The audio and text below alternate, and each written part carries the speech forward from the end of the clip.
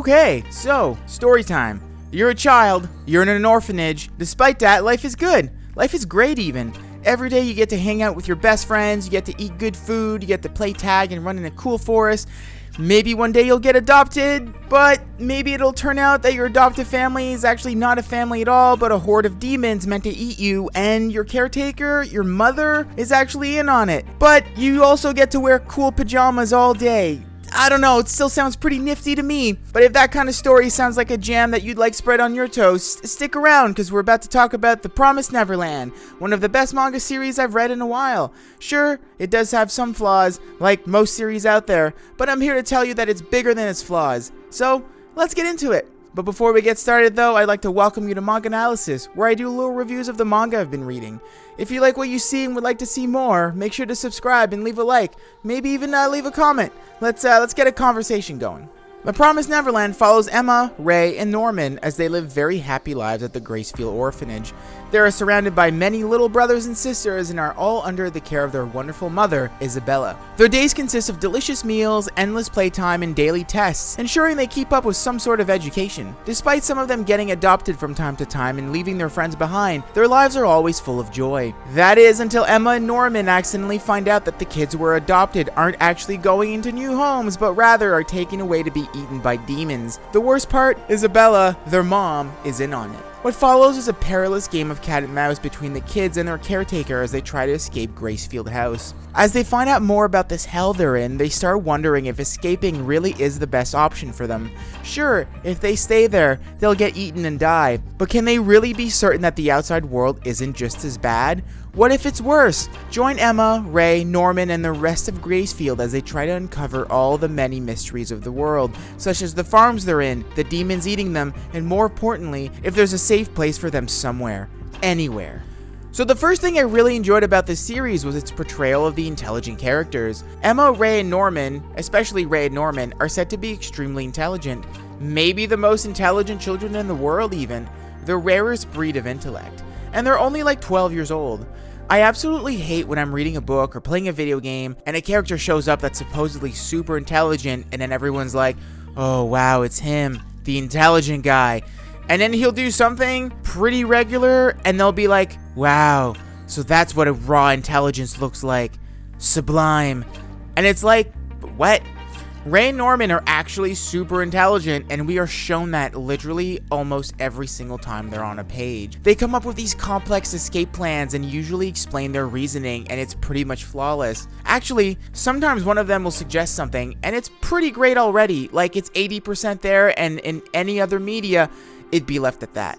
But then another character will be like, oh, but what about this? And then Ray will be like, huh, I thought of that, and this is how we'll overcome this. And that brings you to 85%, which is still great, which is still above what other media will show you. But then he'll proceed with, oh, and you're probably thinking that this part wouldn't work, but check this out.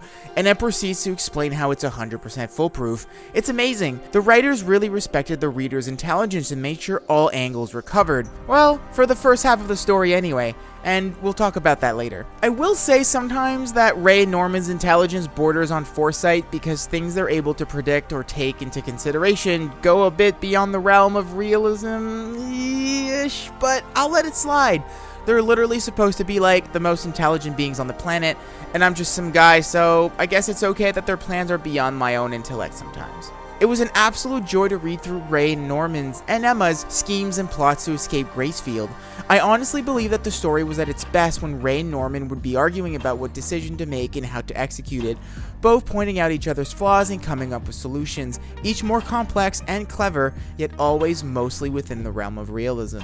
The characters are intelligent for sure, but they always seem grounded in reality, and what they propose always made sense and remained grounded in logic and rational thought.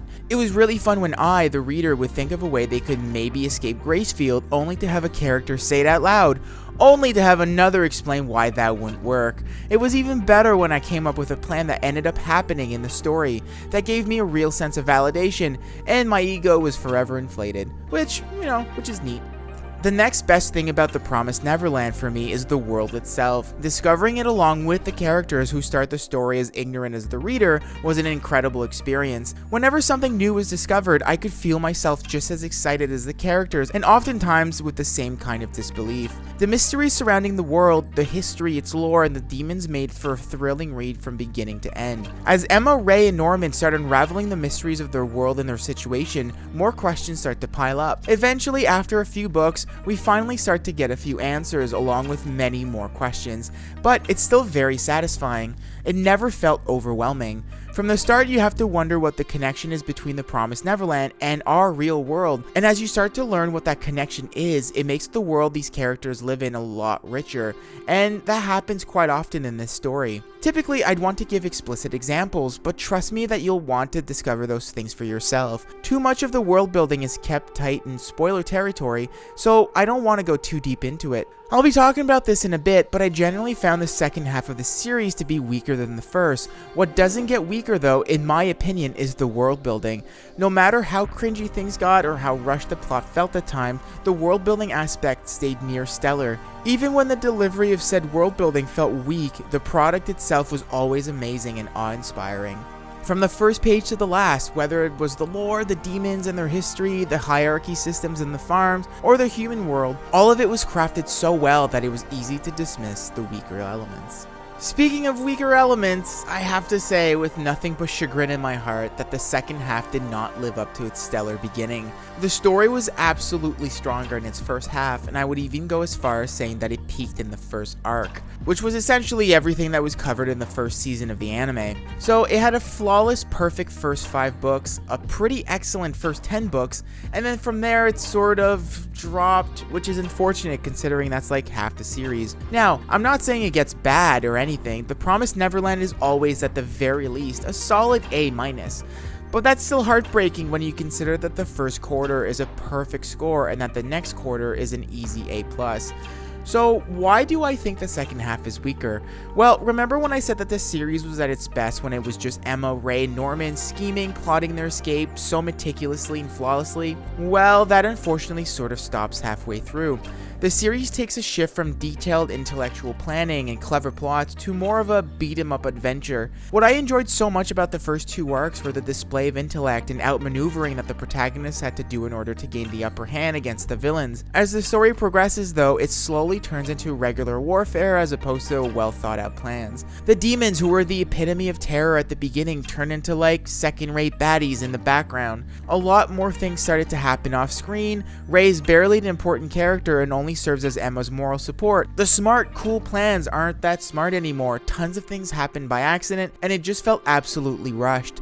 So many events that felt like should have been a big deal sort of just happen and feel forced. Like somehow they were pulled out of a hat to move the story along. From the moment the story starts picking up, Emma and the gang set out a 2-year timeline, and that 2-year goal is mentioned a lot. There's this giant buildup in anticipation as to what they'll be able to accomplish in 2 years and what they'll become. Except that whole transition happens off screen in a matter of a few pages. Tons of things happen, some things that seemed really important that are just narrated by Emma and Ray, which really does feel like a shame considering there was so much anticipation for it. So, despite all that, should you still check this series out? Yes, you should, absolutely. Because even though the second half might not be as good as its first half, it is still better than loads of series out there. I would feel pretty confident in recommending this series based on the world building alone. Seriously, it's amazing. It's really well done. Also, I didn't really mention it too much in this review, but the characters are great. Mostly. There is a large giant cast, and you won't become intimate with a lot of them, but the ones you do get to know are really fun and absolutely charming. If you're a fan of Death Note, Code Geass, and other things like Lesson of the Evil, you should absolutely check out The Promised Neverland. Also, if you're a fan of Fullmetal Alchemist, even though these series are completely different, they both have incredible world building. So, if you like the world building aspects of Fullmetal Alchemist, I would strongly recommend The Promised Neverland for the same reasons. It's not terribly long, sitting at 20 volumes, so it shouldn't take too long. And hey, if short stories are your thing, maybe check out my last video. It's about short series. Hey, shameless plug. Well, that was The Promised Neverland. I hope you enjoyed this little review, and if you did indeed enjoy it, consider subscribing. This was MangAnalysis, and I'll see you in the next one.